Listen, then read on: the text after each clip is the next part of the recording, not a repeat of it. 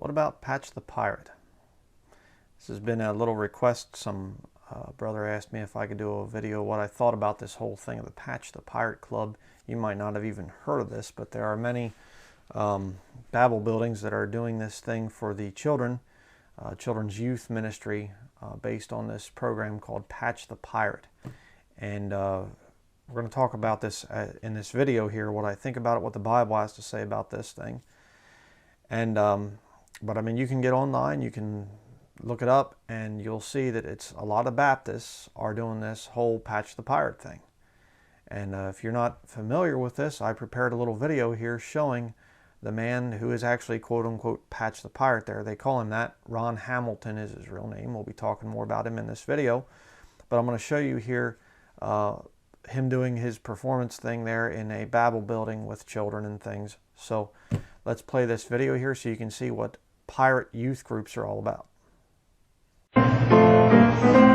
Some folks take a risky chance, practicing a deadly dance, stepping to the edge of sin. Whoops, they fall right in. You'd better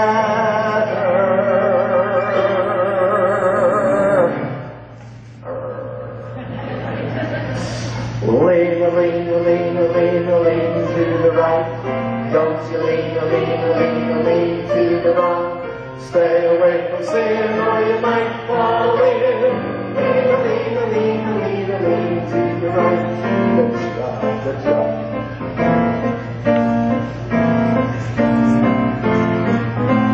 Sometimes sin is very sly, and it makes us question why. When the Lord says, "Thou shalt not," watch out, you'll get caught. You'd better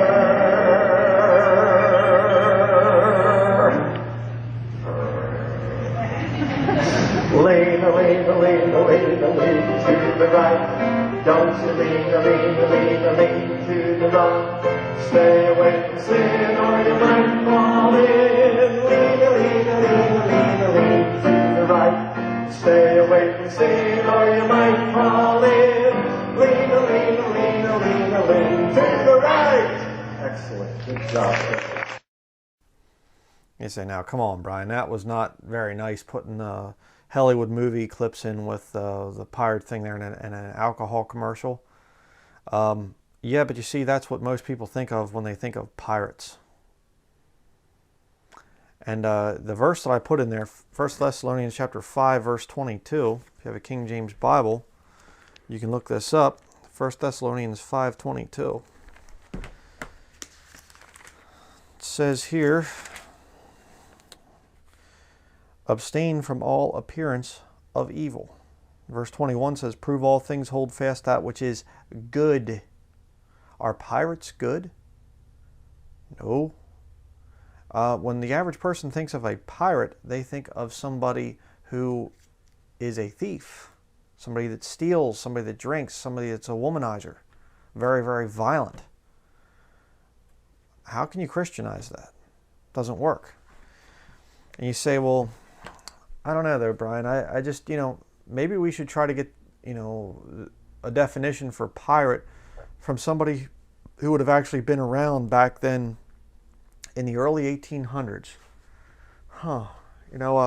Somebody from the early 1800s that would have been around back when there were actually real pirates in the sea.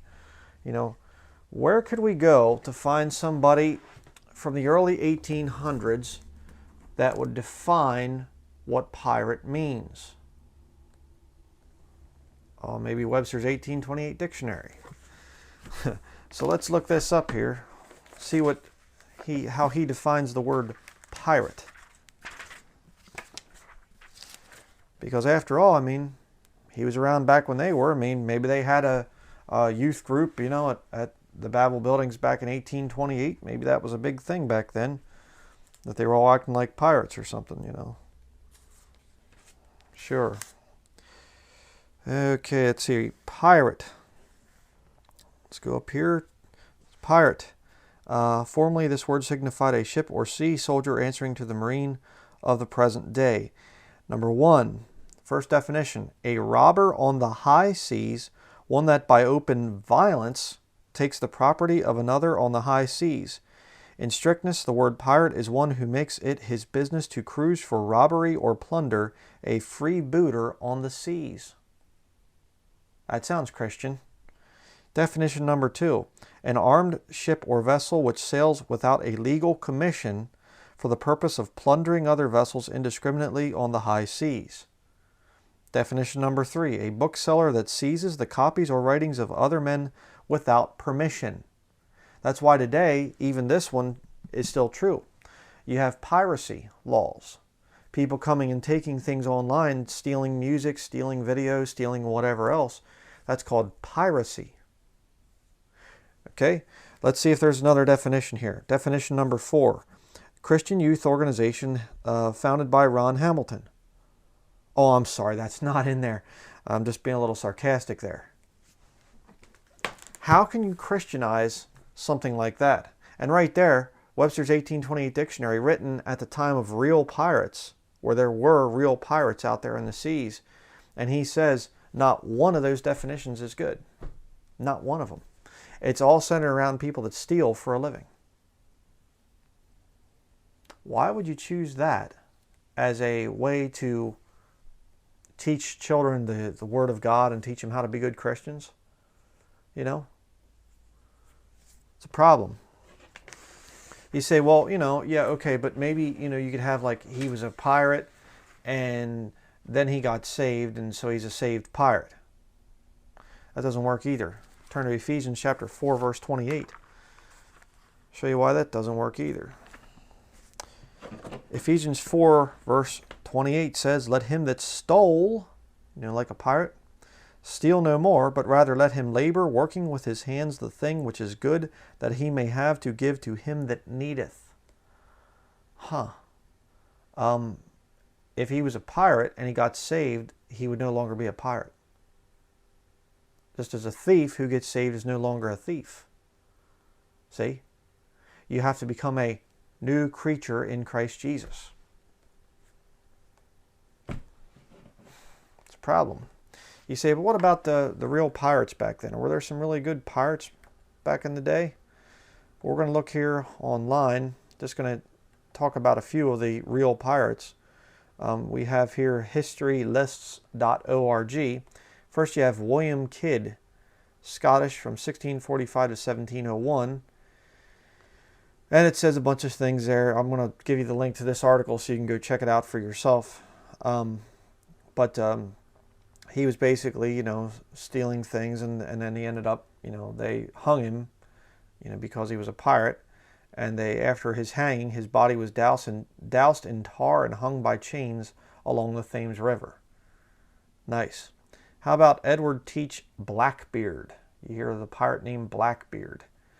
We'll read this one here. It says, though there have been more successful pirates, Blackbeard is one of the best known and widely feared of his time. He commanded 4 ships and had a pirate army of 300 at the height of his career, and defeated the famous warship HMS Scarborough in sea battle. He was known for barreling into battle clutching 2 swords with several knives and pistols at the ready. He captured over 40 merchant ships in the Caribbean, and without flinching killed many prisoners. Though he had many unofficial wives, he was officially, quote-unquote officially, married to a 16-year-old girl whom legend has it he offered as a gift to his crew after she tried to reform him. I can certainly see why a Christian would want to emulate a fine moral character like this. After a fierce battle in which he made a stand with candle smoke rising from his beard, he was overtaken by the Royal Navy and beheaded. His head was then raised upon a stake as a warning to other pirates near Virginia's Hampton River. Nice, yeah. Then it goes into Bartholomew Roberts Black Bart and Henry Every Long Ben, they called him. He was actually very wealthy and was one of the few that actually was not killed. How about Anne Bonny? It says here, having traveled to the New World with her family, Anne fell in love and married a poor sailor named James Bonny. But when she grew increasingly disappointed by her husband's lack of valor, she began seeking out the company of many different men in Nassau. Amongst these men were Calico Jack Rackham, captain of a pirate ship. She joined his crew whilst acting and dressing like a man. There you go. Isn't that nice? Including drinking and fighting profusely. Thus she fought under his command, and along with fellow female pirate Mary Read, she coaxed the crew onto even greater bloodshed and violence and became a formidable pirate herself. However, she was captured with Rackham's crew and sentenced to death. Both she and Mary Read claimed pregnancy in prison, and their death sentences weren't carried out, but Mary had the misfortune of dying in prison. No one is sure how the famous female pirate died, though there is speculation that she returned home to her husband or her father. Fine example of upstanding citizen there. To let's model Christian youth, movement after that. And it goes down through here. We're not going to read all of these, but a lot of these are 1600s into the 1700s, and some of them went back, up into the 1800s actually. So and of course here's one, Sir Francis Drake, and people say, well, see, he was a good pirate. No, he was actually a privateer, which is different. Okay, different thing there. So he was working for the governments back then, and so you can't say, well, Francis Drake there, he was a good man, and therefore pirates can be good. That's nonsense. Pirate, by the dictionary definition, is a thief, a robber. And it's interesting because in many ways Patch the Pirate is actually a thief. Let's go to their website here, patchthepirate.org. Board the Jolly Roger. Interesting. Let me just check something here quick. All right, just wanted to see about this thing. It just came into my mind here, and I thought I need to make sure that you can actually just go to Google Images. Go to google.com and then click on Images. Type in Jolly Roger. See what it comes up with. It's the pirate flag, the skull and crossbones. And this is on Patch the Pirate's website. Abstain from all appearance of evil, skull and crossbones? Huh. That's rather interesting.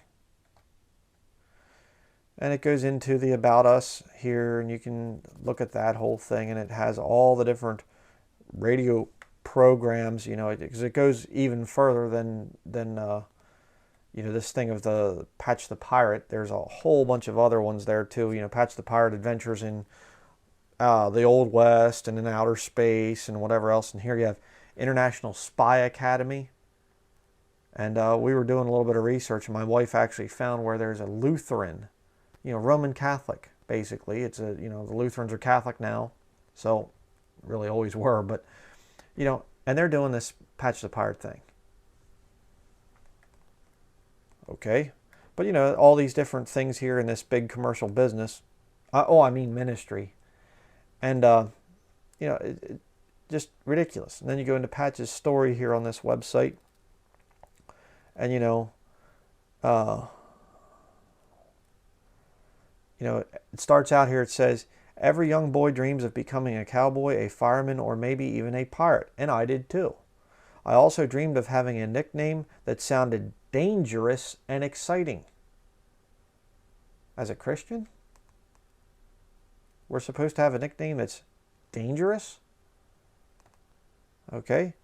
And it goes down through there, and he talks about how that he had cancer, and how that he lost his left eye, and as a result, then people started acting, they started saying that he was a pirate, so he just went with it, And we'll see this interview here, Baptist Voice, we'll check out this thing here, Baptist Voice.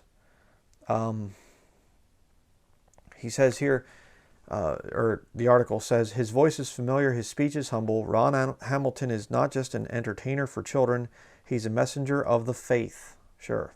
For nearly 3 decades, his music has been an inspiration for parents and children around the world. Today, the adventures of Patch the Pirate radio broadcast is recognized by the national religious broadcasters as being the third largest children's religious programming outreach.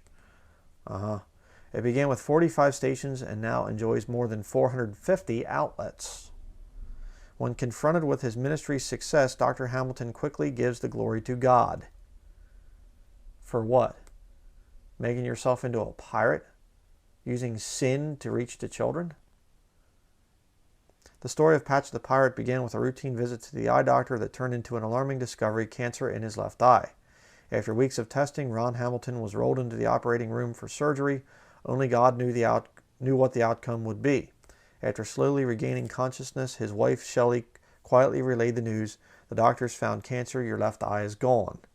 When I returned to church, Ron says, kids were fascinated by my eye patch. Everywhere I went, children would call out to their embarrassed mothers, "Look, Mom, there goes a pirate." The children in my church gave me a nickname that stuck, Patch the Pirate. Since 1980, Ron and his wife Shelley and their 5 children have produced and starred in an annual series of audio recordings for children. Okay, and then it goes into saying how that they interviewed him. Now, let's just think about this for a minute. People look at him as a result of having a patch over his left eye and they say, "Hey, look, a pirate, a pirate. There's a pirate right there." Do you then say, okay, because people call me a name like a pirate, then I should use that? You know, that'd be kind of like an attractive Christian young woman walking along and a bunch of guys whistle at her and say, "Wow, baby, you got a nice body." And she goes, "Why? I have a nice body. I guess I should come out with a Christian youth movement and call myself Patty the Prostitute." You say, "Oh, come on, Brian, prostitute." Is a pirate better than a prostitute? You know, I mean, should we have Billy the bank robber, you know, or Alex the axe murderer? I mean, you know, doesn't make any sense. And see, it goes back to this whole thing, and you can watch my study on the thing of youth ministry and stuff like this. It goes back to this whole thing of getting the children in and making it this fun, exciting, neat little fun thing, and so we can get the parents. This whole movement, you will not find this youth movement in the pages of the King James Bible. It's just not there. You won't find it. But let's continue. Back to this article here. Talks about, you know, how people have been changed in their lives, been saved and whatever else. But we'll go down here. It says, has anyone criticized you for choosing a pirate as your musical character? That's the question they ask him. He says yes. But the criticism usually comes from those that don't know the background. When I came out of the hospital, I was a pirate whether I wanted to be or not. Huh? What? You're a pirate whether you wanted to be? Having an eye patch does not make you a pirate. Continuing, he says here, when I walk into McDonald's, even today, the kids say, "Look, Mom, there's a pirate." I had to make up my mind to either fight this image my whole life or go with it. I think you should have fought it. Someone that doesn't know the full story may ask, if you choose a role model for kids, why choose a pirate? I didn't choose the image. It is just what kids see me as now. Oh, he didn't choose the image. Yes, I think he did, and I think he made it into a very profitable business. And you see, this isn't just some kind of a thing that's existed for 2 or 3 years or so. 3 decades. 3 decades of doing this sin. You say, well, Brian, is it really a sin?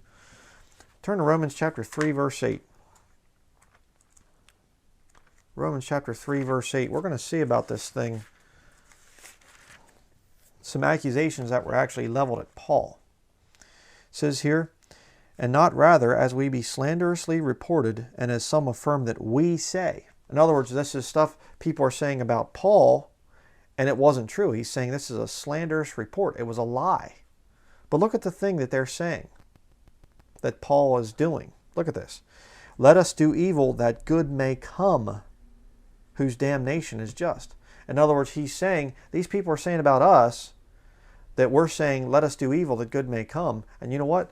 Those people that are saying that are lost. Their damnation is just. And that's something else you got to remember, by the way. I want to say this real quickly. There will not be one innocent person in hell. Not one. Anybody that goes to hell, their damnation is just. Mark it down. So when you have people that are messing around and saying, you know, I think we can do evil that good may come. I mean, I'm going to pretend that I'm a filthy, rotten pirate, a thief. I'm going to look pretty with it, though, and, you know, do little cute little songs and stuff like that. I'm going to do evil that good may come.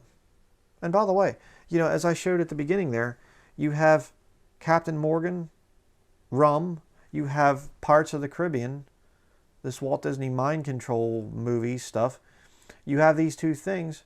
What's to stop for a child that's going to one of these Baptist Babel buildings that's a big fan of Patch the Pirate? What's to stop them from wanting to get into that movement? Because, hey, we do Patch the Pirate at church. What's wrong with Captain Morgan rum? What's wrong with Pirates of the Caribbean there? What's wrong with pirates in general?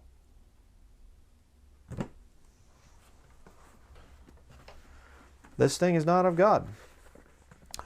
Youth movements are not scriptural. It's just as simple as that. And you get people that mess around with this kind of junk right here, this kind of Patch the Pirate foolishness, they're never going to amount to anything.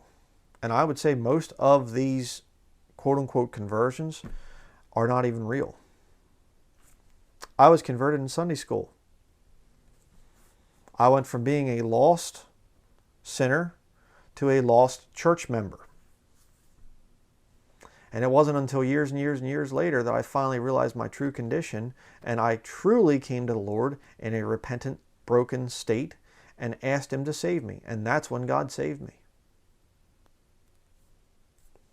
Watch out for this youth movement stuff. It is creating false converts just right and left. And Patch the Pirate is just another one of these systems that's going to damn people to hell. I firmly believe that. And you say, well, but Brian, God chose that for him. God, listen to me, God will not choose evil that good may come. He won't do that. He won't say, I'm going to make a Christian thief. Let's make Christian pornography. Or how about Christian drugs? Christian murder. How does that line up? And the dictionary definition right here at Webster's 1828 definition, a pirate is a thief. How can you make a Christian thief? You can't.